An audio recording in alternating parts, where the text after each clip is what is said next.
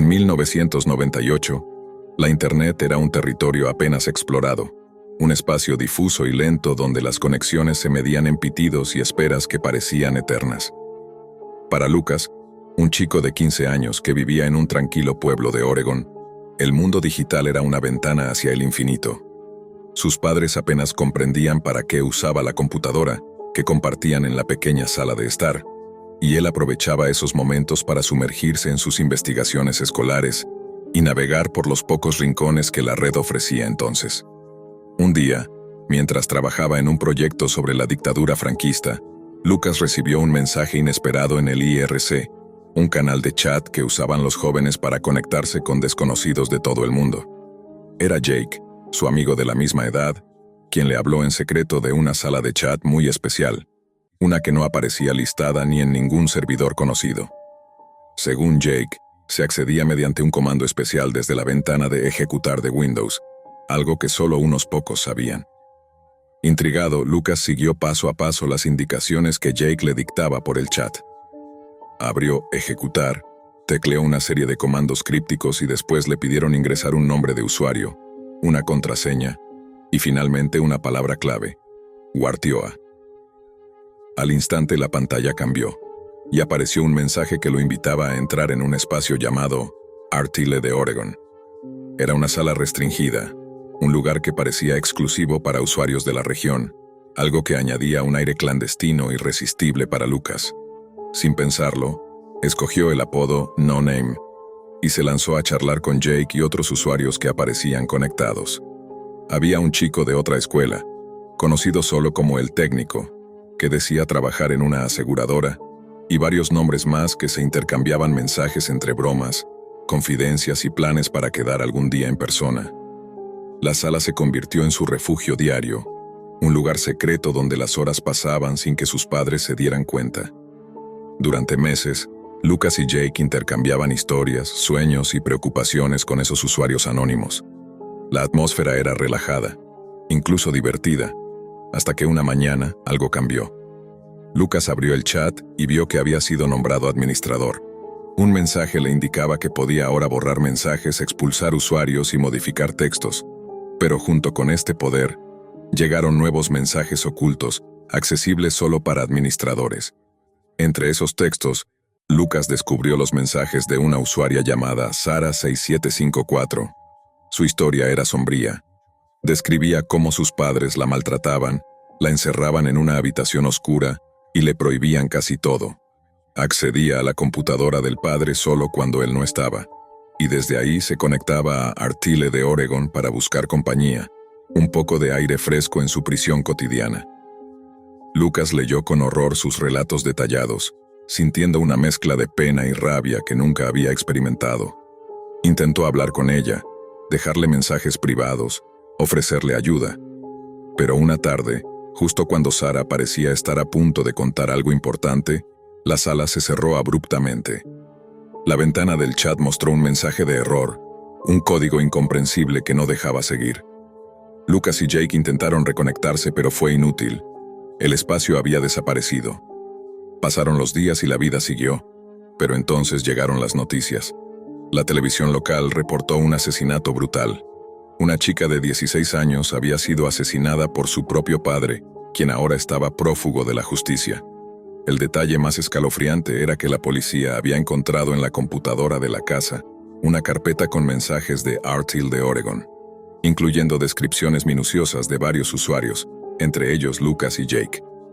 Pero lo peor era que esos textos contenían planes macabros del padre para atacar a quienes habían molestado a su hija. El miedo se apoderó de Lucas. Por primera vez comprendió que ese refugio digital, esa sala de chat en apariencia inofensiva, escondía un monstruo real. No era solo un espacio de conversaciones anónimas. Era un portal que conectaba directamente con el mundo oscuro y violento que acechaba detrás de las pantallas. Y aunque el asesino no pudo atraparlos, la sombra de ese terror quedó tatuada en su memoria para siempre. Desde entonces Lucas evitó cualquier contacto con esa parte oculta de la red. Sabía que el peligro no siempre es visible, que a veces las amenazas no están en la calle, sino en el silencio digital que nadie ve venir. En el fondo agradecía haber escapado a tiempo, pero sabía que la Deep Web seguía allí, acechando, lista para revelar nuevas pesadillas a quien se atreviera a buscar.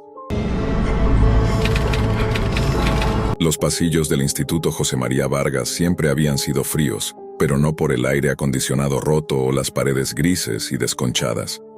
Lo eran porque cada alumno que caminaba por ellos parecía haber aprendido a ignorar lo evidente.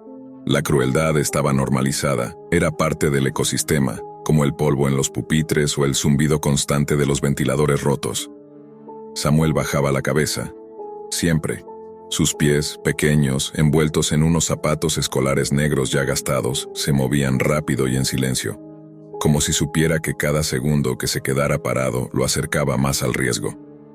Su mochila colgaba floja de un solo hombro, cargada de libros, cuadernos arrugados y una carpeta rota que aún tenía los dibujos que tanto se esforzaba por ocultar. Retratos de sirenas, chicos con alas y ojos tristes, pequeños mundos donde se sentía seguro, aunque solo fuera en tinta negra sobre papel blanco. La campana sonó y como un acto reflejo se aferró al cuaderno contra su pecho. Los murmullos empezaron antes de que entrara al aula. «Ahí viene la princesa», dijo una voz entre risas. Otra le siguió con tono burlón. «Cuidado, no te vayas a enamorar, que este sí te lleva al baile». Y entonces lo inevitable, un balonazo en plena cara. El impacto lo tumbó y todo pareció ocurrir en cámara lenta, su cuerpo golpeando el suelo, el silencio tenso de un segundo, seguido por una carcajada general. Sintió el sabor metálico en la boca, un poco de sangre mezclada con tierra. Sus gafas volaron unos metros y alguien las pisó a propósito, rompiéndolas en dos. «Ups», dijo Juan, el líder del grupo de matones, con una sonrisa arrogante. «Creo que rompí tu GPS, maricón». Samuel no respondió. No lloró, solo se levantó lentamente, sin decir palabra, mientras todos se burlaban a su alrededor. La profesora Fernández llegó minutos después, cuando el escándalo ya había pasado, y sin siquiera preguntar qué había pasado, reprendió a Samuel por llegar desordenado y por haber ensuciado el suelo. Ese día, el mundo se volvió más pequeño para él, más oscuro, más hostil. En casa su madre no notó nada. Estaba ocupada, como siempre, con su nuevo trabajo en casa, vendiendo productos de maquillaje por WhatsApp.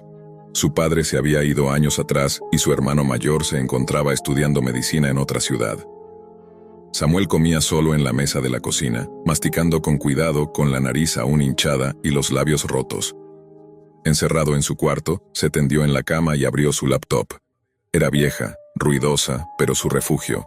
Entró en Instagram, luego en TikTok, como todos los días. El algoritmo le mostraba caras felices, adolescentes bailando, parejas besándose, chicos musculosos en la playa. Se sintió invisible, como si el mundo estuviera reservado para todos, menos para él. Fue entonces cuando tecleó las palabras sin pensarlo demasiado. ¿Cómo vengarse del bullying? Los resultados eran variados. Algunos hablaban de hablar con un adulto, otros sugerían ignorar a los agresores, algunos recomendaban la meditación. Samuel lo cerró con fastidio. Él lo había intentado todo. Había hablado con la orientadora escolar, con su madre, incluso con su profesora. Y el resultado fue siempre el mismo, nada, o peor. Entonces vio un título que lo hizo detenerse. La Deep Web, el lado oculto de Internet donde todo es posible, hizo clic. Era un artículo de un blog amateur, lleno de advertencias. No entres, peligro real, solo para investigación. Samuel leyó con atención, fascinado. El artículo hablaba de mercados ilegales, drogas, armas y un sitio de soluciones extremas. redroomsicarios.net, un portal donde supuestamente se podía contratar a alguien para hacer desaparecer problemas. Clic.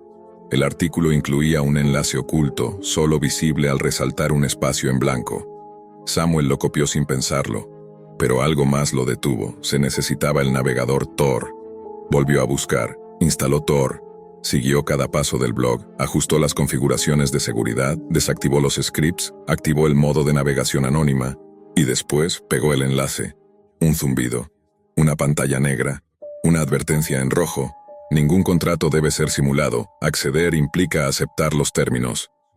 Le temblaron las manos, pero dio clic en aceptar. La página era rudimentaria, como un formulario policial. Había casillas, nombre, dirección, edad, razón del problema. Más abajo, 3 opciones: eliminación física, $5,000, daño permanente, $3,000, intimidación severa, $1,000 y un botón: subir datos del objetivo. Samuel temblaba. Sabía que era una locura, pero la rabia le nublaba el juicio. Pensó en Juan, en su sonrisa burlona, en cómo le rompió las gafas. Pensó en Marcos y Elian, sus compinches, siempre riéndose. Pensó en la profesora Fernández, que lo culpaba cada vez que lo golpeaban. Y los escribió, uno por uno: nombre, apellido, dirección, escuela, fotos que había encontrado en redes. Al final vio un botón que decía: solicitar contrato gratuito, prueba beta limitada. Lo presionó, solo por curiosidad. Una ventana emergente se abrió. Su solicitud ha sido procesada. Para proceder se requiere pago en Bitcoin. Monto, 0.23 Bitcoin, $5,000. ¿Desea continuar? Samuel cerró la pestaña de golpe. El corazón le latía con fuerza. Se quitó los audífonos. Respiró hondo. Fue solo un susto, se dijo. Pero antes de que pudiera apagar la laptop, otra ventana apareció, esta vez en pantalla completa. Su solicitud ha sido archivada. Para confirmar identidad, por favor ingrese su nombre completo y dirección. No lo hizo. Pero el cursor parpadeaba, y de nuevo, como si no pudiera controlarse, lo escribió. Como si el sitio supiera que en el fondo ya había cruzado la línea. Le dio enter, la pantalla se apagó. Pasaron días, luego semanas, y Samuel intentó olvidarlo todo. Pensó que era una broma, un engaño, un simulacro, hasta que un lunes Juan no llegó a clases. Nadie lo mencionó. Luego Elian, luego Marcos. 3 ausencias consecutivas, ninguna explicación. Y el viernes, durante una clase aburrida de matemáticas, la profesora Fernández dejó caer su termo de café, cayó de rodillas al suelo y comenzó a convulsionar. Espuma en la boca, ojos en blanco. Su rostro se tornó azulado mientras todos gritaban. Murió allí mismo. Samuel no podía moverse. No podía parpadear. Solo pensaba en el formulario, en su nombre, en ese botón de solicitud gratuita y en la pantalla negra que desapareció sin dejar rastro. Cuando salió de la escuela ese día caminó rápido. Tenía la ropa empapada de sudor frío. Cruzó 3 calles sin mirar y entonces lo vio. Un coche negro, parado a mitad de la cuadra. El conductor no hablaba por teléfono. No miraba su reloj. Solo lo observaba. Samuel apresuró el paso. El coche arrancó lentamente detrás de él. Cruzó al otro lado. El coche giró. Corrió con todo el pánico acumulado de años. Corrió hasta sentir el corazón en los oídos. Pero no fue suficiente. Una mano lo tomó del cuello al doblar una esquina. No gritó. No pudo. Lo arrastraron a la parte trasera del coche, y el mundo se apagó. Samuel despertó desorientado, con la cabeza palpitando como si alguien hubiera golpeado su cráneo con un mazo. El aire era denso, húmedo y olía a metal, como sangre seca. Una lámpara colgante titilaba sobre él, lanzando sombras movedizas en las paredes de concreto. Estaba atado a una camilla quirúrgica vieja.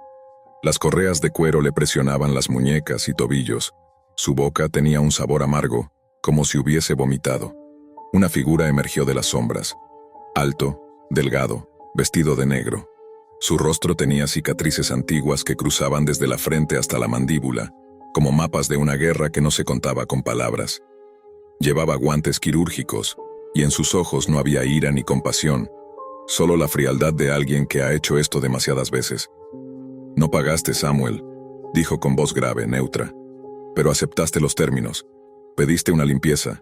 Nosotros cumplimos. Y tú, incumpliste el pago». Samuel trató de hablar, pero tenía una mordaza de cuero en la boca. Intentó mover la cabeza, pero el pánico lo dejaba paralizado.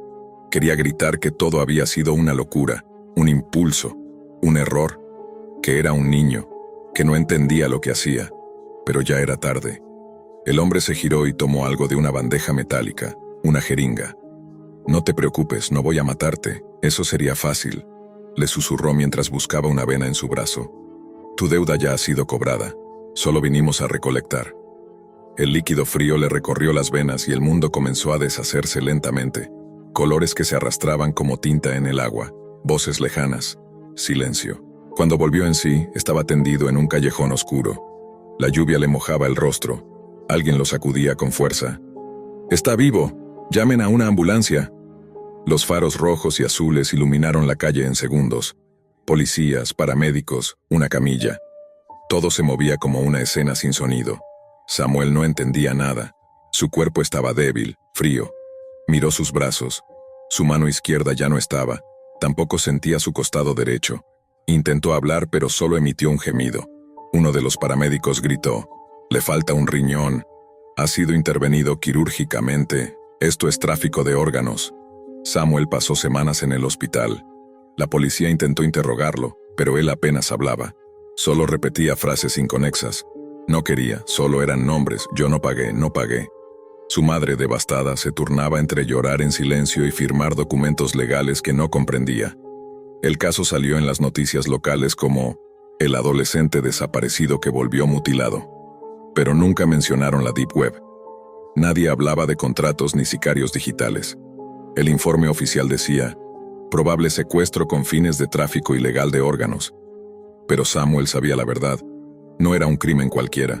Había sido un castigo. Una deuda saldada. Un contrato cumplido. Años después, Samuel seguía con pesadillas. Se había mudado de ciudad, cambiado de nombre. Vivía con una prótesis en la mano y una dieta estricta por la pérdida del riñón. No tenía redes sociales, no usaba computadoras, ni siquiera un celular inteligente. Pero en ocasiones, cuando pasaba por un café internet o escuchaba a alguien hablar de la web oscura, su cuerpo temblaba. Y una noche recibió una carta, sin remitente, sin sello, solo una hoja blanca, con una frase escrita a mano: «Nunca fue personal, solo negocios. Gracias por confiar en nuestros servicios». En algún rincón de la Deep Web, el sitio redroomsicarios.net seguía activo, con un nuevo dominio, nueva interfaz y una nueva pestaña bajo el título: «Contratos saldados, testimonios de clientes satisfechos». Al hacer clic entre los nombres codificados, uno destacaba: S.14, pago parcial, órgano y extremidad recolectados, objetivo satisfecho, estado cerrado. Laura siempre había sido una chica curiosa. Desde niña, encontraba fascinación en los límites de lo permitido, los juegos de la Ouija en la escuela, los relatos de creepypasta en foros olvidados y, más recientemente, las conversaciones clandestinas en Reddit sobre la Deep Web. Pero era una curiosidad pasiva. Nunca había actuado sobre esos impulsos, solo leía, se asustaba un poco, y luego lo dejaba todo de lado. Como si con cerrar el navegador también pudiera cerrar los portales que había entreabierto. A sus 22 años, Laura vivía sola en un departamento pequeño cerca de su universidad. Estudiaba arquitectura, pero sus días eran más conocidos por las largas tardes con auriculares, dibujando planos, fumando marihuana y perdiéndose entre playlists de música ambiental. Su proveedor habitual, un chico llamado Leo, había desaparecido del mapa. No respondía mensajes ni llamadas, y eso para Laura era un problema real. No porque fuera adicta en el sentido clínico, sino porque sin su dosis diaria, su ansiedad se disparaba, su creatividad se bloqueaba y, lo más importante para ella, su aburrimiento se volvía insoportable. Fue en esa sequía forzada cuando Mark, un amigo de la facultad, le habló del nuevo camino. Sentados en una cafetería universitaria mientras compartían un muffin y hablaban sobre cómo la carrera estaba matando su salud mental, Mark bajó la voz y le dijo: «Si estás tan desesperada, puedes conseguir lo que quieras por la Deep Web. Solo necesitas Tor». Laura arqueó una ceja. Ella sabía lo que era Tor, al menos de nombre. Había escuchado sobre esa otra Internet, una especie de mundo paralelo digital donde lo ilegal y lo imposible se daban la mano. Su primera reacción fue de escepticismo, pero Mark, entre risas y susurros, le mostró en su celular 3 direcciones escritas en una nota cifrada, nombres imposibles con extensiones .onion, que le prometían todo desde Purple Kush directo de California hasta compuestos experimentales con nombres de siglas. Esa noche, en su departamento, Laura instaló Tor. Fue más fácil de lo que imaginaba. Un par de clics, una guía de Reddit, y en menos de media hora estaba dentro. El navegador era extraño, como una versión oscura de Firefox. El diseño de los sitios era rudimentario, a veces grotesco, como si alguien los hubiera programado en los años 90 sin preocuparse por la estética. Pero funcionaban. Navegó por los 3 enlaces que Mark le había dado. Todos eran mercados digitales parecidos a Amazon, pero con nombres macabros y precios en criptomonedas. No tardó en crear un wallet de Bitcoin, aunque sin mucha experiencia, y finalmente pidió un paquete pequeño de marihuana que prometía llegar en una bolsa sellada, sin olores y sin marcas sospechosas. 4 días después, el paquete llegó. Estaba escondido dentro de una caja de cereal, perfectamente camuflado. Era real. Y con eso Laura se convirtió, casi sin darse cuenta, en una consumidora más de la Deep Web. A medida que pasaban los días, su curiosidad aumentaba. Empezó a leer más sobre foros ocultos, sitios con nombres extraños como Paradise Market, Silk Dream y otros con iconografía inquietante, calaveras, crucifijos invertidos, máscaras sin rostro. Leía sin comprar, simplemente dejándose llevar por ese sentimiento de que estaba viendo algo prohibido, algo que el resto del mundo no debía conocer. Y entonces, una noche, lo hizo. Fue una de esas noches en las que el aburrimiento se mezcla con el insomnio. Laura había decidido no fumar para poder limpiar su mente unos días, pero el cuerpo le pedía algo, cualquier cosa, un estímulo. Con la laptop en el regazo, empezó a buscar más allá. Esta vez no eran solo mercados. Buscaba foros, discusiones, zonas oscuras. En Google no encontraba nada, así que se fue directo a Reddit, buscando entre subreddits con nombres extraños. Allí, entre publicaciones eliminadas y usuarios con cuentas nuevas, encontró un hilo con el título El asesinato y la vida del asesino, servicios arruinados. El texto era breve, un párrafo escrito en una mezcla de inglés, números y símbolos que parecían basura digital. Pero Laura reconoció una estructura familiar. Era una dirección .onion disfrazada. Copió el texto, lo limpió, lo pegó en su navegador Tor y presionó Enter. Lo que apareció en la pantalla fue como una escena sacada de una pesadilla digital. La página tenía un fondo negro absoluto. En el centro, una calavera brillante en tonos verdes emergía de un túnel, como si se estuviera acercando desde la oscuridad infinita. Abajo, una lista detallada de servicios: envenenamientos discretos, simulación de accidentes, desapariciones sin rastros, sicarios con contrato cerrado. Cada servicio tenía una descripción clínica, fría, sin emoción. Algunos incluso con ejemplos de ejecuciones previas, como si fueran reseñas de clientes satisfechos. Laura se quedó paralizada. Era una mezcla de incredulidad, miedo y fascinación. ¿Quién haría una página así? ¿Cómo funcionaba? ¿Era un juego? ¿Una broma pesada? La mayoría de sus sentidos le gritaban que cerrara todo, que formateara la laptop y se olvidara de aquello. Pero la curiosidad, ese maldito impulso que siempre la había acompañado, la hizo seguir leyendo. Incluso le pareció gracioso. El concepto era tan absurdo que llegó a pensar que se trataba de un proyecto de arte experimental o una especie de ARG, Alternate Reality Game. En tono burlón, bromeó en voz alta. ¿Qué pasa si pido que me maten a mí misma? No lo hizo, claro, al menos no conscientemente. Cerró la página tras unos minutos más de exploración, se puso un episodio de una serie vieja y se preparó para dormir. Pero no sin antes recibir una visita inesperada. Mark llegó más tarde esa noche, trayendo un paquete sorpresa. Había conseguido otra dosis de hierba, una variedad más fuerte que las anteriores. Laura, cansada de la sobriedad, aceptó sin pensarlo. Fumaron, rieron, vieron videos absurdos en YouTube. Y después de que Mark se fue, Laura encendió la laptop de nuevo. Ya no recordaba la calavera ni el sitio de muerte a pedido. Solo quería distraerse. Lo que ocurrió después es un borrón. Despertó al mediodía siguiente, con la boca seca y la cabeza pesada. La laptop estaba cerrada a los pies de su cama. No recordaba haberse acostado, ni siquiera recordaba que Mark se hubiera ido. Solo una niebla, fragmentos sueltos, haber escrito algo, haber vuelto a entrar a Tor, haber navegado por... ¿Dónde? Se sirvió agua y se duchó. Quería recuperar la rutina. Pero al abrir su correo electrónico, lo sintió. Un temblor en las piernas. Un escalofrío que le recorrió la columna. Confirmación de pedido recibida. Objetivo, Laura E. Dirección, su dirección exacta. Método, discrecional. Tiempo estimado, 72 horas. No se aceptan cancelaciones. Era un correo anónimo sin remitente identificable. El asunto decía, contrato activo. Laura soltó el celular. Su primer pensamiento fue, Mark me está haciendo una broma de mal gusto.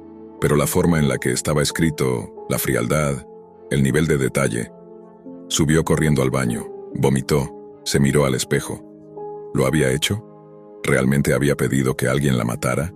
No podía recordarlo. No era capaz de distinguir qué fue sueño, qué fue alucinación, qué fue realidad. Y entonces lo vio.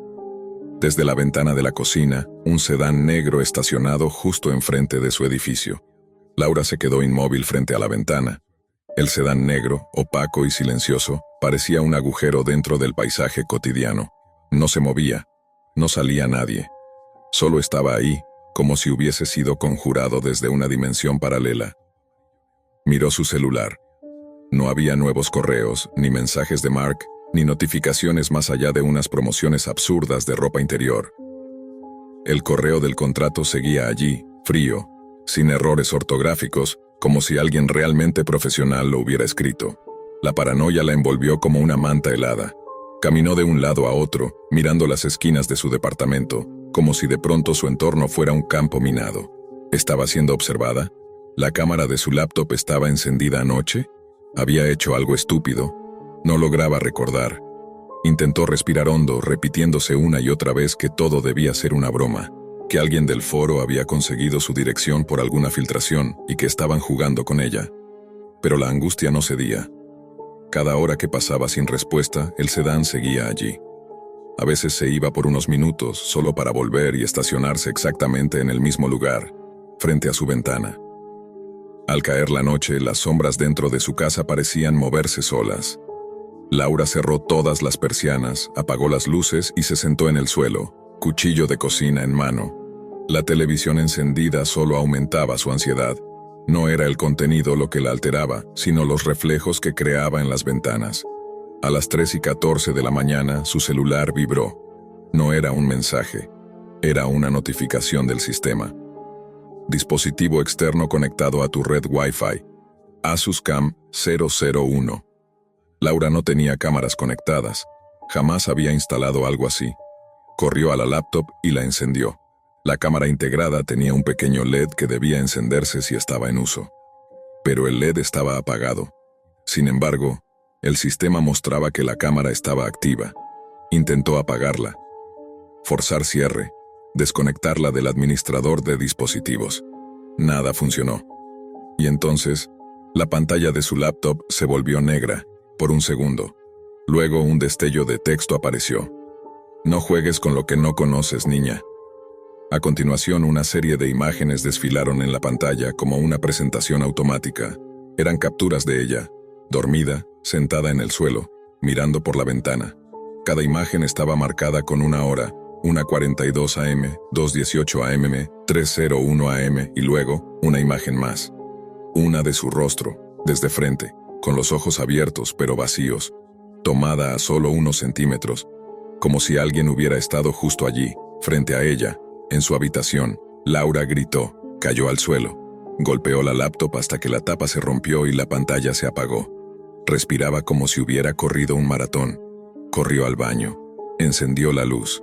No reconocía su reflejo. Se notaba pálida, ojerosa, desfigurada por el miedo. Al amanecer, Mark llamó por fin. ¿Dónde has estado?, gritó Laura apenas contestó. Esto no es gracioso, Mark. ¿Tú me hackeaste? ¿Me estás siguiendo? Mark estaba confundido. Afirmó no haber hecho nada. Le costó convencerla, pero finalmente, con voz nerviosa, confesó algo más. Yo también entré a ese sitio, el de la calavera, y me asusté. Pero no toqué nada. Solo le tomé captura al enlace y lo borré. Yo tampoco hice nada, dijo Laura casi creyéndoselo. Solo... no recuerdo. Pasaron 3 días. Laura no salió del departamento, no durmió, no comió bien, el sedán ya no estaba allí, pero había dejado su marca. Una mancha negra como un rastro de aceite en el pavimento. Parecía un símbolo. Un círculo con una línea cortándolo al medio. El 4.º día tocaron la puerta. Un sobre, sin remitente, sellado con cinta negra. Laura no lo quiso abrir. Lo metió en el congelador como si eso fuera a frenar lo que fuera que contuviera. Pero el sobre vibraba, no físicamente, sino en su mente. Como si su mera presencia contaminara el ambiente. Finalmente lo abrió. Dentro había 5 cosas. 1. Una fotografía de Laura, tomada desde la webcam, en la que aparecía con los ojos completamente rojos, dilatados, mirando directamente al lente. 2. Una copia impresa del correo de confirmación del contrato. Tercera, una nota escrita a mano con tinta negra. Jugaste, casi perdiste, no vuelvas. 4. Un pequeño botón con un símbolo grabado, la misma calavera del sitio. 5. Una memoria USB con la inscripción «Mirar solo una vez». Laura quemó la nota, tiró el botón por el inodoro y rompió la USB sin siquiera conectarla. El sobre lo quemó también, junto con todo lo que aún tenía en casa relacionado con Tor, la Deep Web o sus exploraciones nocturnas. Llamó a un técnico informático, pagó por un formateo completo del sistema y eliminó toda huella de su navegación. Pero las noches no volvieron a ser iguales. Una semana después, intentó dormir por primera vez sin pastillas. A la 1:38 de la mañana, la luz de su televisor se encendió sola. Sin sonido, solo una imagen estática. Una silueta negra de pie frente a una ventana. La suya. Laura desconectó todo. Clavó cuchillos en los enchufes, se encerró en el baño con todas las luces encendidas. Y entonces entendió la magnitud de lo que había hecho. Había cruzado un umbral del que no se puede volver. La Deep Web no era solo un lugar con drogas y foros raros, era un abismo. Un pozo que no solo mostraba horrores, sino que los devolvía contigo. Hoy, Laura sigue viva, pero no está a salvo. No lo estará nunca, porque la promesa final de esa nota era cierta. No juegues con lo que no conoces, hoy tuviste suerte, pero si te vuelvo a ver por mi sitio, estás muerta. Y en el fondo sabe que incluso si no vuelve a entrar, alguien, en algún lugar, ya la marcó. El botón negro aún aparece en su mesa cada madrugada, aunque lo destruya una y otra vez. Y a veces, cuando el sueño la vence, sueña con el sedán. A veces jura que aún lo oye ronronear en la calle. Y otras veces, ya no está segura de que sea un sueño. En los años 2000, cuando el Wi-Fi apenas empezaba a instalarse como una costumbre cotidiana en los hogares y los cafés internet aún estaban vivos, un grupo de 5 adolescentes compartía una obsesión que los uniría para siempre, o al menos hasta que el miedo los separara. Vivían en un suburbio tranquilo, rodeado de avenidas sin tráfico, parques casi idénticos y casas con jardines perfectamente podados. Era el tipo de lugar donde no pasaba nada, y quizá por eso, lo más emocionante para Alex, Marco, Iván, Fede y Luis era lo que pasaba en sus pantallas. Tenían entre 15 y 16 años, todos estudiantes de la misma secundaria pública, y aunque iban en grados diferentes, había una cosa que los hacía inseparables: su fanatismo por las historias oscuras que encontraban en Internet. Se habían criado con creepypastas, los cuentos de Slenderman, videos borrosos en YouTube titulados «No deberías haber visto esto», y foros donde anónimos juraban haber visto cosas inexplicables en la red profunda. Pero ninguno era tan obsesivo como Alex. Alex era delgado, con ojeras constantes, cabello largo y lacio que apenas dejaba ver sus ojos. Su laptop era su mundo. Se la pasaba descargando cosas que no entendía del todo. Libros en PDF sobre redes cifradas, manuales de hackeo viejos y videos que no existían en YouTube pero circulaban por sitios que parecían medio muertos. Había algo en la idea de que el Internet tuviera capas escondidas que lo fascinaba. Para él, la Deep Web no era solo un lugar, era una dimensión secreta, algo vivo. Todo empezó con un post en 4chan.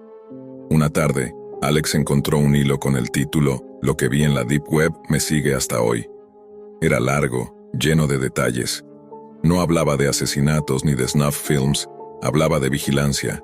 El autor describía cómo, tras visitar un sitio aparentemente inofensivo, empezó a notar que su cámara se encendía sola por segundos, que sus notificaciones de correo llegaban sin que él enviara nada, y que una especie de ojo azul aparecía en la pantalla cuando se quedaba mucho tiempo en ciertas páginas. Alex no sabía si era ficción o paranoia, pero le pareció fascinante. Esa misma noche escribió en el grupo de WhatsApp: «Tengo todo para entrar a la Deep Web, ¿se animan o qué?». Los demás no tardaron en responder. Fede, el escéptico del grupo, mandó un sticker de un payaso. Iván preguntó si eso era legal. Luis solo respondió con un emoji de fuego como si esperara una historia más. Pero Marco, el más callado del grupo, simplemente dijo: «¿Cuándo?». Esa fue la chispa. Durante semanas, Alex investigó cómo hacerlo bien. Sabía que había muchos mitos alrededor. Que si el FBI te rastrea apenas entras, que si ves algo ilegal automáticamente te conviertes en cómplice. También sabía que muchas cosas eran exageraciones. Usar Tor, el famoso navegador de anonimato, no era ilegal por sí solo, pero sí lo era lo que pudieras encontrar adentro. El grupo empezó a reunirse en la casa de Alex los viernes por la tarde. Aprovechaban que sus padres trabajaban hasta tarde y que nadie los interrumpía. Cerraban cortinas, bajaban el volumen y conectaban su laptop a un segundo monitor más grande. Era como ver una película prohibida. Cada uno llevaba snacks, refrescos y la emoción vibraba en el aire. Al principio no veían nada extraño. Alex se metía en directorios como The Hidden Wiki, que eran listas de enlaces ocultos que supuestamente llevaban a lo más profundo. Pero la mayoría estaban caídos. Otros eran tiendas en línea con productos ridículos, desde libros antiguos hasta frascos de orina limpia para burlar exámenes antidrogas. Eso los hizo reír más de una vez. ¿Quién compra esto?, dijo Fede entre carcajadas mientras leía una descripción que decía: orina garantizada, libre de toxinas, enviada en termo sellado. Pero había algo inquietante incluso en lo ridículo. La interfaz de los sitios, muchas veces negra, llena de texto blanco sin diseño, les daba una vibra sombría. Todo parecía escrito por alguien que no quería ser encontrado. Una noche, entre risas y exploración, llegaron a un foro extraño. Se llamaba Deadly Market. El diseño era simple, fondo negro, letras rojas. La página principal tenía una advertencia en inglés que decía: "If you're not here for business, leave now". Alex tradujo: "Si no vienes por negocios, vete ahora". Era una especie de mercado de asesinatos. Los precios variaban según el tipo de objetivo, desde $2,000 por civiles hasta $100,000 por políticos o figuras públicas. Algunos hilos hablaban de trabajos anteriores, aunque las imágenes estaban difuminadas. Había testimonios, usuarios pidiendo cotizaciones, incluso un hilo titulado "¿Cuánto cuesta eliminar a un maestro?". "Esto ya es otra liga, güey", dijo Iván con voz nerviosa. "Es fake", respondió Fede, aunque su cara no mostraba tanta seguridad. Alex no hablaba, solo observaba, como si intentara ver más allá de la pantalla. Esa noche crearon una cuenta falsa en el foro. No usaron sus nombres reales, por supuesto.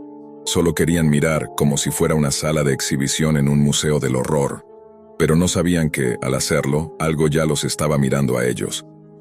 Durante los días siguientes, Alex empezó a notar una burbuja azul en su pantalla. Aparecía de forma sutil, como un píxel flotando en la esquina superior derecha. Pensó que era un bug del navegador Tor. Cerró el programa, reinició la computadora, y ahí seguía. "Es solo un glitch", se decía a sí mismo. Pero no se iba. A veces incluso parecía moverse levemente, como si lo observara. Los viernes continuaron con más reuniones, más sitios oscuros, más links que los llevaban cada vez más abajo. Vieron foros de hackers, venta de identidades falsas y hasta una página donde usuarios ofrecían clases para manipular cámaras de vigilancia ajenas. Lo que más los impactó fue una sala de video en tiempo real con cámaras públicas vulneradas, habitaciones, estacionamientos, jardines, incluso una guardería en Rusia. Luis se fue temprano ese día. Nadie dijo nada, pero el ambiente ya no era divertido. Empezaban a darse cuenta de que eso no era un juego, que lo que veían era real, que había personas ahí afuera que vivían en ese mundo oscuro todos los días, y la burbuja azul seguía ahí.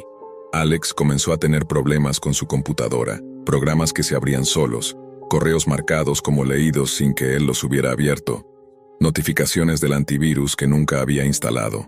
Intentó formatear el sistema, pero la burbuja regresó tras cada intento, incluso al conectar un disco duro limpio. Entonces llegó el mensaje. Una noche cualquiera, mientras estaban explorando un foro de venta de exploits, programas para hackear otros sistemas, la burbuja azul desapareció. Por primera vez en semanas, la esquina de la pantalla estaba vacía, pero entonces apareció un cuadro gris en el centro. Sin botones, sin título, solo texto. Decía: "He eliminado el rastreador, estaban siendo vigilados, su conexión es un chiste". El texto continuó sin que nadie escribiera nada. "Sé quiénes son, sé que no tienen intención de comprar nada, son solo niños curiosos, pero están en territorio de adultos. Y luego, como una sentencia final, Alex García, 15 años. Vive en calle Los Álamos 43. Sus amigos: Marco, Fede, Luis, Iván. Secundaria técnica número 28. Padres ausentes desde las 6 de la tarde. Hora local, 22:47. Los estoy viendo. Desconéctense ahora si saben lo que les conviene. Nadie respiró durante largos segundos. El monitor parecía más brillante que nunca. El silencio de la habitación era como el vacío del espacio. Alex sintió como su corazón latía contra su garganta. No podía hablar. Solo alcanzó a cerrar la laptop de golpe. Pero algo había cambiado, no en la máquina, en ellos. Tras cerrar la laptop de golpe, el silencio en la habitación se volvió irrespirable. El único sonido era el de la respiración temblorosa de Marco, sentado en el suelo, aún con una botella de refresco a medio derramar sobre su pantalón. Nadie se atrevía a hablar. Nadie tenía palabras suficientes para enfrentar lo que acababan de leer. Alex permanecía con la cabeza baja, como si cerrar la tapa de su computadora pudiera también cerrar la puerta que habían abierto. ¿Cómo? Empezó a decir Iván, pero su voz se apagó enseguida. Luis se puso de pie, temblando. Fue hacia la ventana y apartó levemente la cortina mirando hacia la calle. No había nada. El mismo vecindario dormido de siempre, pero no podía evitar la sensación de que alguien estaba ahí, observando desde la oscuridad, como un cazador que ya había marcado a su presa. ¿Fue real eso?, preguntó Fede con voz quebrada. Dime que lo preparaste tú, Alex. Dime que fue una broma. Pero Alex no respondió. Lo que más lo inquietaba no era el mensaje. Era la burbuja azul. Había estado ahí días enteros, viéndolo. Pegada a su pantalla como una lente sin párpado, como un ojo que no necesitaba pestañear. Y él no hizo nada. Esa noche no durmieron. Se quedaron en casa de Alex, apagaron todos los dispositivos electrónicos, retiraron la batería de sus teléfonos, algo que leyeron en los foros como método de emergencia, y se encerraron en la habitación más interna de la casa, sin ventanas. No sabían si alguien los estaba vigilando de verdad, pero la paranoia era más fuerte que la lógica. Cuando amaneció, todos se marcharon en silencio. Nadie habló, nadie rió, nadie dijo, «Nos vemos». Alex pasó todo el sábado tratando de limpiar su laptop. Borró programas, eliminó particiones, usó discos de arranque seguros, hasta que por fin decidió algo más extremo. Arrancó el disco duro y lo lanzó contra la acera del jardín hasta que se hizo pedazos. Luego fue al centro y compró un nuevo disco, uno completamente virgen. Reinstaló Windows con contraseña, sin conexión a Internet. Pero algo no estaba bien. La primera vez que encendió la nueva instalación, apenas pasaron 2 minutos cuando una pequeña burbuja azul apareció, flotando en la esquina superior. No era posible. El disco era nuevo. El sistema, limpio. No había instalado Tor ni entrado a ningún sitio raro. Solo el sistema operativo y el escritorio vacío. La burbuja lo miraba. Apagó la computadora, desconectó todo y se encerró en el baño. Vomitó. Se sentó en el suelo frío durante 1 hora sin entender nada. La tecnología que conocía no explicaba lo que estaba ocurriendo. Esa noche escribió a sus amigos por WhatsApp, pero ninguno respondió. Pasaron días, luego semanas. El grupo dejó de reunirse. Fede pidió cambio de número. Iván lo bloqueó. Luis abandonó el grupo. Marco fue el único que respondió un mensaje, con una sola palabra. No más. Alex empezó a notar cosas extrañas en su casa. La televisión encendiéndose sola. Notificaciones de conexión en el router que él no reconocía. Ruidos suaves en la noche, como clics de teclado provenientes de su sala. El terror ya no estaba solo en su pantalla. Era parte de su casa. Parte de él. El único que podía ayudarlo era el mismo tipo que los contactó. Reinstaló Tor. Esta vez con cuidado, sin usar nombres reales, sin dejar rastros. Pero su regreso a la Deep Web fue diferente. Ya no era con curiosidad, sino con desesperación. Su objetivo no era explorar, era encontrar. Quería hallar al administrador que los había advertido, el que había eliminado el rastreador, el que parecía conocer las reglas del juego. Buscó durante días, se metió en canales viejos de IRC, en subforos de seguridad, en páginas muertas que mostraban mensajes codificados, hasta que una madrugada encontró algo. Un foro llamado Azul igual Vigilancia. Estaba oculto. No aparecía en ningún índice conocido. Parecía creado por una sola persona. Solo había un post fijo en la página principal. No son fantasmas, no son bots, son vigilantes. Si viste la burbuja azul, ya fuiste marcado. No hay antivirus que lo elimine, porque no es un virus. Es un contrato. Debajo del mensaje, un campo para escribir, sin nombre, sin contraseña, solo texto. Alex escribió: necesito ayuda, la burbuja volvió, nuevo sistema, nuevo disco, ¿cómo la quito? Esperó. Actualizó la página varias veces. Nada, cerró el navegador. Pensó que era una pérdida de tiempo. 3 horas después, mientras miraba televisión, su celular encendió con una notificación. Nuevo mensaje de correo. Era de una dirección incomprensible. iObserver@meshroute.dark. El asunto decía: ya es tarde. Abrió el mensaje. Contenía solo una imagen, una captura de él, acostado en su cama, mirando hacia el techo. Tomada desde lo alto, desde la esquina exacta donde su cámara estaba apuntando. Alex gritó. Desconectó el router, rompió su celular, arrancó el cable del televisor. Su casa se volvió una trampa sin salida. Era como vivir bajo el microscopio de algo que no entendía, algo que no descansaba. Porque no era humano. Los días siguientes fueron borrosos. No comía, no dormía, solo revisaba cámaras, cables, conexiones, buscó ayuda en línea, pero todas las respuestas eran vagas. Paranoia digital, espionaje corporativo, delirio psicotecnológico. Nadie mencionaba el ojo azul. Nadie excepto aquellos que ya lo habían visto, y ya no estaban. Una noche se quedó dormido frente al monitor. Despertó con la luz de la pantalla iluminando su rostro. Había vuelto a conectarse a la Deep Web mientras dormía, y alguien le había escrito: la curiosidad te trajo hasta aquí. El contrato se selló cuando hiciste clic. Ahora eres tú el observador o el observado. Debajo, 2 botones. Aceptar, rechazar. No podía cerrar la ventana, no podía apagar la computadora. Intentó desenchufarla, nada. Seguía encendida, como si no necesitara energía para funcionar. Con los ojos llorosos, temblando, Alex movió el cursor hacia rechazar. Entonces apareció otro mensaje. Rechazar no anula el contrato, solo lo transfiere. Y debajo, elige a alguien. Alex sintió que el mundo se detenía. La pantalla mostraba una lista, nombres reales. Marco Herrera, Iván Mendoza, Federico Acosta, Luis Ríos, sus amigos. Uno solo clic y el contrato se trasladaría. Uno solo clic y sería libre. La pantalla parpadeaba. La burbuja azul brillaba más que nunca. Por horas, o días tal vez, Alex se quedó ahí mirando esos nombres, recordando las tardes de juegos, de risas, de bromas. Recordando cómo empezó todo. Recordando que él fue quien los arrastró. Y entonces tomó una decisión.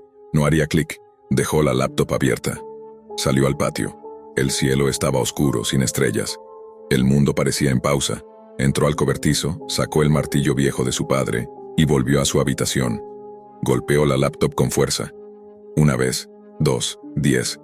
Hasta que solo quedaron piezas. El ojo azul se apagó, o al menos eso quiso creer. Años después, Marco cuenta esta historia como una leyenda urbana. Dice que Alex desapareció, que sus padres pensaron que huyó, pero nadie volvió a verlo. Ni su computadora fue encontrada. A veces, al encender su propio monitor, Marco siente que algo se mueve en la esquina.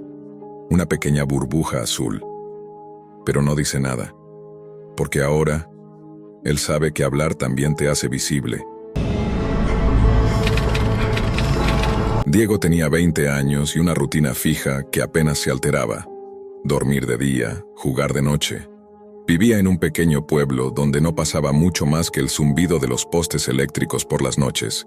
Su vida giraba en torno a los videojuegos online, desde shooters frenéticos hasta simuladores ridículos que apenas tenían lógica.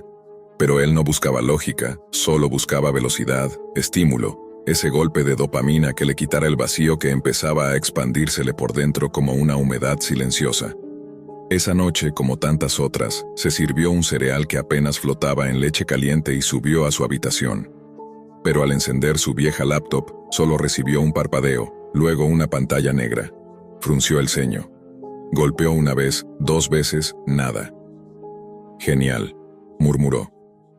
Pero no tardó mucho en encontrar una solución rápida. Su hermano mayor, Julián, estaba en casa de su novia y había dejado su laptop cargando en el escritorio de la sala.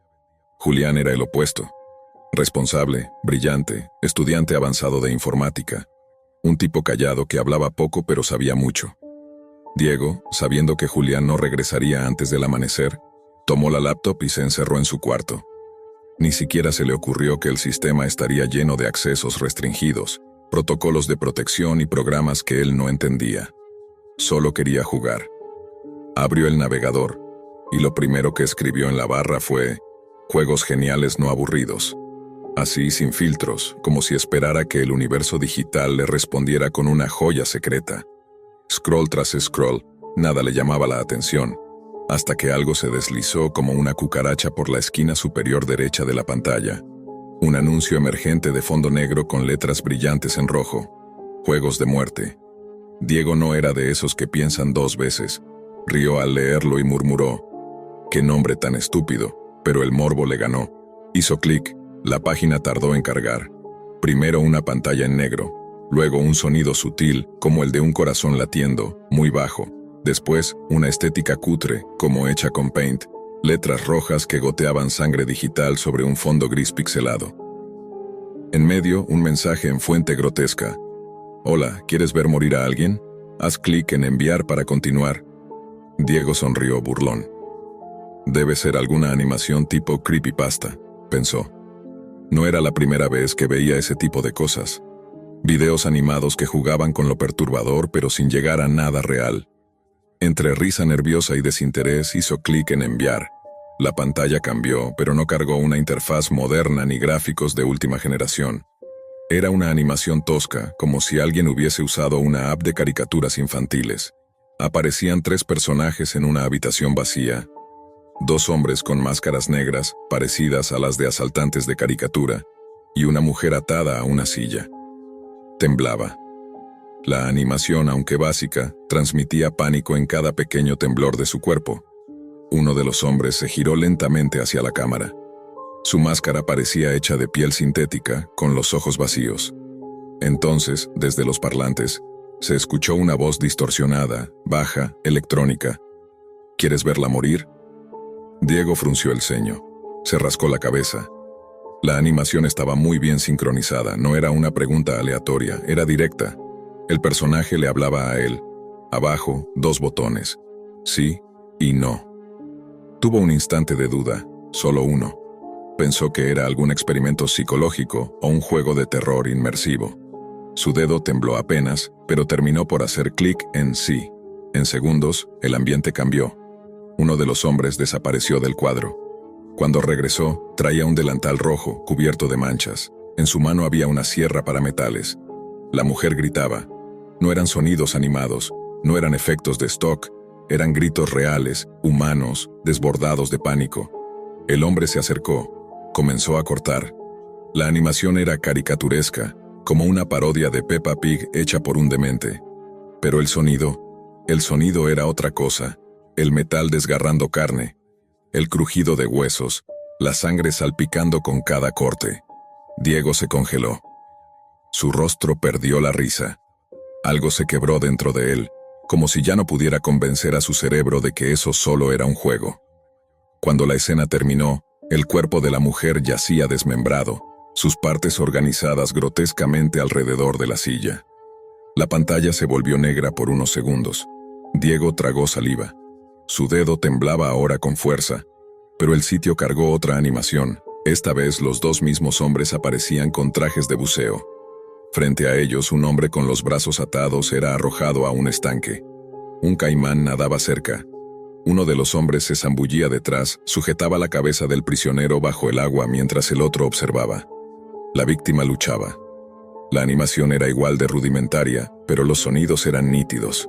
Burbujas desesperadas, chapoteo, crujidos.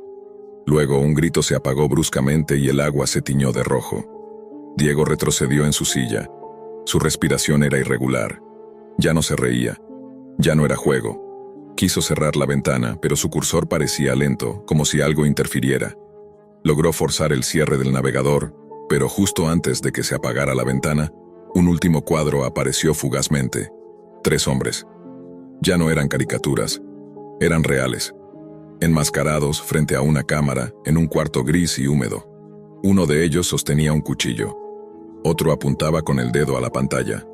En el fondo, colgaba un cuerpo mutilado y junto a él, un gancho con un traje empapado de sangre.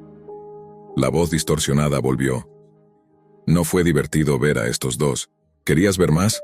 Lo hicimos para ti, ellos tuvieron que experimentarlo. ¿Tú también quieres? La pantalla se volvió negra. Luego, lentamente, aparecieron 3 opciones en letras blancas. Sí, quiero experimentar. No, no quiero experimentar. Quiero conocerte. Diego temblaba. Sus dedos se congelaron. Su mente estaba atrapada entre el pánico y la negación. Trató de presionar no, pero al hacerlo, la pantalla parpadeó. La voz repitió, más insistente. Elige bien esta vez. Con desesperación, presionó el botón rojo de apagado de la laptop. Nada. Trató de desenchufarla. La pantalla seguía viva. La imagen parecía haberse grabado en el monitor. Tuvo que levantarla y cerrar la tapa de golpe. La habitación quedó en silencio, pero el eco de los sonidos seguía en su cabeza. El chirrido del metal, los gritos ahogados, la sangre. Diego jadeaba. Sentía que lo observaban desde algún lugar. La laptop no dejaba de parpadear, aún con la tapa cerrada. Golpes suaves sonaron en la pared, como si algo hubiera caído en el cuarto contiguo. Entonces escuchó pasos afuera, en el pasillo. ¿Sería Julián? ¿O algo más? Diego se congeló. Sus pensamientos eran una tormenta. Su conciencia quebrada. Nada en su vida había sido real hasta ahora. Hasta que jugó algo que no era un juego. Hasta que vio la muerte disfrazada de dibujos animados. Hasta que una parte de él, que nunca había conocido, se abrió al horror. Los pasos en el pasillo se detuvieron. Diego contuvo la respiración. Pegó el oído a la puerta. Nada. Solo silencio. Afuera, las sombras de los árboles se movían con el viento, y la lámpara de la calle parpadeaba como si el mundo mismo dudara de su existencia. Diego abrió lentamente la puerta de su cuarto. No había nadie. La laptop, cerrada, seguía parpadeando como si algo dentro de ella aún estuviera despierto, latiendo. Fue al baño a lavarse la cara, a buscar alguna lógica, una explicación, aunque su mente sabía que ya no existía nada racional en lo que acababa de vivir. Al regresar, intentó reiniciar la laptop, esta vez con más precaución. Pensó en escanearla, revisar los procesos en segundo plano, tal vez desinstalar lo que fuera que se había activado. Julián, su hermano, tenía acceso al tipo de software que podía detectar anomalías, incluso cosas que navegaban en la capa profunda de la red. Pero al levantar la tapa, se encontró con una pantalla completamente negra y una palabra: hola. Diego se quedó estático. No había sistema operativo cargado, ni cursor, ni botones. Solo esa palabra en el centro, palpitando lentamente. De repente, la pantalla cambió. Era una cámara en vivo. Su propio rostro, viéndose desde el ángulo de su escritorio. Diego retrocedió con violencia, empujando la silla. Miró hacia el punto donde estaba la cámara, pero no había nada, ni webcam visible, ni luz encendida. Sin embargo, ahí estaba su imagen, en tiempo real, desde un ángulo imposible. Abajo apareció un nuevo mensaje. Ya te conocimos, ahora te toca a ti conocernos. Y luego, ubicación activada, transmisión lista, espera. Diego cerró la tapa con fuerza, pero no sirvió de nada. Su reflejo seguía ahí, incluso sin abrir la laptop. Como si la pantalla fuera una ventana a otra realidad. Entonces el router del cuarto comenzó a parpadear frenéticamente. El ventilador del CPU se aceleró aunque no había proceso activo. La temperatura del cuarto cambió. Diego sintió que el aire se volvía espeso, como si algo invisible lo rodeara. Tocaron la puerta principal. Un golpe seco, único, fuerte. Diego se quedó paralizado. Miró el reloj. 3:04 de la mañana. Nadie tocaba la puerta a esa hora. Nadie. En un pueblo como ese, era impensable. Bajó lentamente. Cada paso crujía como si el piso se quejara. Desde la sala, podía ver la puerta vibrar levemente tras cada golpe, como si algo pesado estuviera del otro lado. No se atrevía a acercarse. Entonces el teléfono de casa sonó. Un teléfono que nunca usaban. Diego contestó, temblando. Al otro lado, una respiración, lenta, cálida, como si alguien hablara desde dentro del auricular. Te observamos, no solo jugaste, participaste. Colgó. Pero el timbre sonó de nuevo. Diego lo desconectó. Corrió a su habitación. Abrió su celular. Quiso llamar a Julián, pero el dispositivo se apagó solo. Cuando lo intentó encender de nuevo, la pantalla mostró una imagen estática. Él, dormido, en su cama, grabado desde el ángulo del techo. No tenía cámara en el techo. Algo lo estaba viendo, algo que ya estaba adentro. Entonces se encendió la laptop por sí sola. La imagen era en vivo, pero no de él esta vez. Era un cuarto gris, el mismo de las animaciones, solo que ahora estaba claro, iluminado, definido. Un hombre, con un saco quirúrgico empapado de sangre, afilaba un cuchillo mientras sonreía. Su máscara era una mezcla entre lo humano y lo plástico. Detrás de él colgaban más cuerpos, como si fueran piezas en una carnicería. Uno de ellos tenía su misma complexión, su mismo corte de cabello. Era como verse muerto, colgado. La cámara hizo zoom al rostro del carnicero. Entonces dijo con la misma voz distorsionada: «Bienvenido al nivel 2». Diego tiró la laptop al suelo, se rompió. El monitor chispeó. El olor a plástico quemado llenó el cuarto. Corrió a la sala. Abrió la puerta. No había nadie. Solo la calle vacía. Ni perros, ni viento, ni autos. Pero en el umbral había algo. Un sobre rojo, sin remitente. Adentro, una USB negra, sin marca. Solo un post-it amarillo que decía: «Juega o muere, ya eres parte». El corazón de Diego latía como un tambor. Subió de nuevo. Se encerró. Lloró. Tembló. Cuando Julián llegó a la mañana siguiente, lo encontró en posición fetal, con la laptop rota a un lado y marcas en la pared escritas con algo parecido a sangre seca. Diego balbuceaba incoherencias. Decía que alguien lo había cazado desde dentro de una caricatura, que los dibujos cobraban vida, que lo estaban esperando, que él había dicho sí. Julián no entendía. Hasta que conectó la USB, su pantalla se volvió negra. Una ventana emergente lo saludó. «Hola, Julián. Diego te abrió la puerta, ahora entra tú».